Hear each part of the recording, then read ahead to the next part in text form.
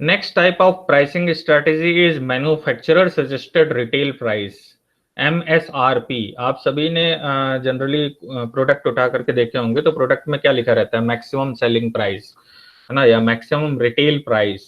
ठीक है, और इवन जैसे ब्रेड के पैकेट में देखते हैं तो क्या लिखा होता है कि दिल्ली में इसका रेट ये होगा और यूपी और अदर स्टेट्स में इसका रेट ये होगा। ठीक है, तो what is that, this is manufacturer suggested retail price, MSRP। ठीक है, तो मीन्स इसमें क्या है कि रिटेलर को पेन नहीं लेना है कि मुझे इसका प्राइस कितना रखना है। रिटेलर को उसका मार्जिन मैन्युफैक्चरर ने ही डिसाइड करके बता दिया कि ये प्रोडक्ट मैं आपको इतना मार्जिन दूंगा, मेरे पास से आप जो है इतनी क्वांटिटी में, जैसे मिल्क का आपको पता है 1.2 रुपीज से लेकर के 2 रुपए पर पैकेट, इससे ज्यादा नहीं मिलता है मिल्क के केस में मार्जिन जो है, जो कोऑपरेटिव्स देती है ना, जैसे अमूल है, मदर डेयरी है और जो बाकी के ब्रांड्स हैं। ठीक है, प्राइवेट में 3-3 रुपए तक मिल जाता है, जैसे पतंजलि है। ठीक है, लेकिन अमूल और मदर डेयरी में आपको 1.5 रुपए 2 रुपए से ऊपर नहीं मिलेगा किसी भी हालत में। ठीक है, तो रिटेलर को पता है, इसलिए आप देखिए तो जनरली वो पॉली बैग या कैरी बैग नहीं देते हैं आपको, अगर आप सिर्फ मिल्क लेने आए। आप अगर अदर प्रोडक्ट लेंगे तो आपको कैरी बैग देंगे, कहेंगे कि मेरा मार्जिन ही नहीं पड़ता। ठीक है, तो basically what is that, manufacturer suggested retail price means manufacturer ने ही वो प्रोडक्ट, वो उसका प्रोडक्ट का प्राइस डिसाइड किया है।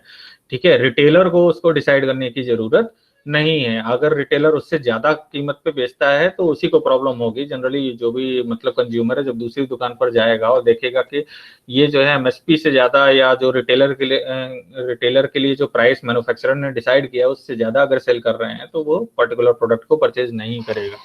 ठीक है, आप लोग भी देखते हैं ना बस स्टैंड या एक तरीके से जो रेलवे स्टेशन है, वहां पर आप देखिए तो वही चिप्स, कोल्ड ड्रिंक, पानी की बोतल आपको ज्यादा महंगे रेट में मिलती है, तो आप परचेज करना नहीं प्रेफर करते हैं, है ना, दूसरी जगह से पहले से ही परचेज करके ले आते हैं। तो that is means manufacturer suggested retail price. तो as the name suggested, no pun intended, the MSRP is the price manufacturer recommends retailer use when selling a product. तो बेसिकली ये जो प्राइस है ये कौन डिसाइड करता है, सिर्फ मैन्युफैक्चरर डिसाइड करता है, रिटेलर नहीं डिसाइड करता है। तो manufacturers first started using MSRP to help standardise different prices of products across multiple location and retailer. अच्छा, ये जो MSRP है ये डिफरेंट लोकेशंस के हिसाब से या डिफरेंट रिटेलर के हिसाब से भी डिसाइड किया जा सकता है। जैसे अभी मैंने बताया कि ब्रेड के पैकेट में लिखा होता है ना कि दिल्ली और NCR में इसका रेट इतना होगा, और इसके बियॉन्ड अगर अदर यूपी में या कहीं और जाती है तो भाई ट्रांसपोर्टेशन कॉस्ट भी तो जुड़ेगा ना। ठीक है, तो वहां पर इतना प्राइस होगा। तो इस तरीके से भी रिटेलर बाइफर्केशन कर सकता है, सेग्रीगेशन कर सकता है। रिटेलर्स मैन्युफैक्चरर सेग्रीगेशन कर सकता है, रिटेलर तो नहीं करेगा इस सेक्टर में। ठीक है, retailers often use the MSRP with highly standardise product. अच्छा, इस तरीके के जो प्रोडक्ट होते हैं वो क्या है, जनरली हाईली स्टैंडर्डाइज प्रोडक्ट होते हैं, जैसे कंज्यूमर इलेक्ट्रॉनिक्स है, अप्लायंसेस है, और इवन FMCG सेक्टर में भी आप लोग देखते हैं कि जनरली मैन्युफैक्चरर ही प्राइस डिसाइड करता है, रिटेलर नहीं करता है। MSP जहां पर लिखा रहता है मैक्सिमम सेलिंग प्राइस, पेप्सी है, कोला की बोतल है, या आप बिस्किट के पैकेट देख लीजिए, नमकीन वगैरह है, स्नैक्स वगैरह है, तो उन सभी में आप देखिए तो प्रॉपर मतलब MRP लिखा होता है ना। तो that is manufacturer suggested retail price, MSRP या MRP भी इसे बोल सकते हैं। ठीक है, मैक्सिमम रिटेल प्राइस। तो प्रॉस क्या है इसके, as retailer you can save yourself sometime simply by saying that MSRP when pricing your product. ठीक है, अब रिटेलर का इसमें टाइम सेव हो जाता है कि उसको अलग से प्राइस नहीं डालना है इसके लिए, है ना, या प्राइस नहीं डिसाइड करना है। वो जो भी प्राइस डिसाइड करने का काम था वो उसके मैन्युफैक्चरर ने कर दिया। ठीक है, आप देखिए जो नए नए प्रोडक्ट स्टार्टिंग में लॉन्च होते हैं ना, ठीक है, तो उसमें रिटेलर का, डिस्ट्रीब्यूटर का मार्जिन अच्छा खासा दिया होता है। तो इसलिए आप देखिए ओप्पो, वीवो इसका एग्जांपल है कि ओप्पो, वीवो अपने जो रिटेलर हैं या डिस्ट्रीब्यूटर है इसको अच्छा खासा मार्जिन देते हैं। ठीक है, तो इसी तरह से जो कोई नया प्रोडक्ट जब लॉन्च होता है तो जनरली वो अपने रिटेलर या डिस्ट्रीब्यूटर को ज्यादा प्रॉफिट मार्जिन देते हैं, और फिर धीरे धीरे धीरे धीरे जैसे जैसे वो पॉपुलर होते जाते हैं वो उनका रिटेल प्रॉफिट मार्जिन है वो कम करते चले जाते हैं।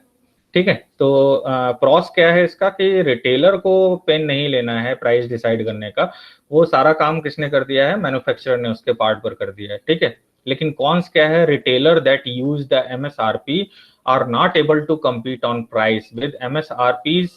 Most retailers in a given industry will sell that product for the same price.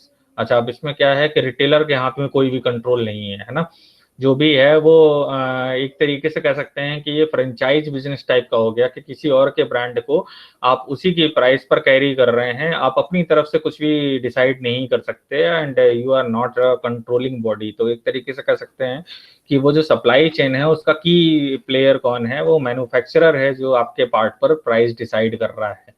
ठीक है, वो चाहता है कि उसका प्रोडक्ट मैक्सिमम इतनी प्राइस पर बिके, इससे ज्यादा प्राइस पर ना बिके। तो उन्होंने क्या किया, एमएसआरपी या एमआरपी डिसाइड करके और उसके बाद रिटेलर को दे दिया कि अब आप सेल करो। ठीक है, तो that is means retailer that use the MSRP are not able to compete on price। ठीक है, and with MSRP most retailer in a given industry will sell that product for the same price. Okay, so this is the cons of this strategy, or if you have any doubt in this strategy you may ask।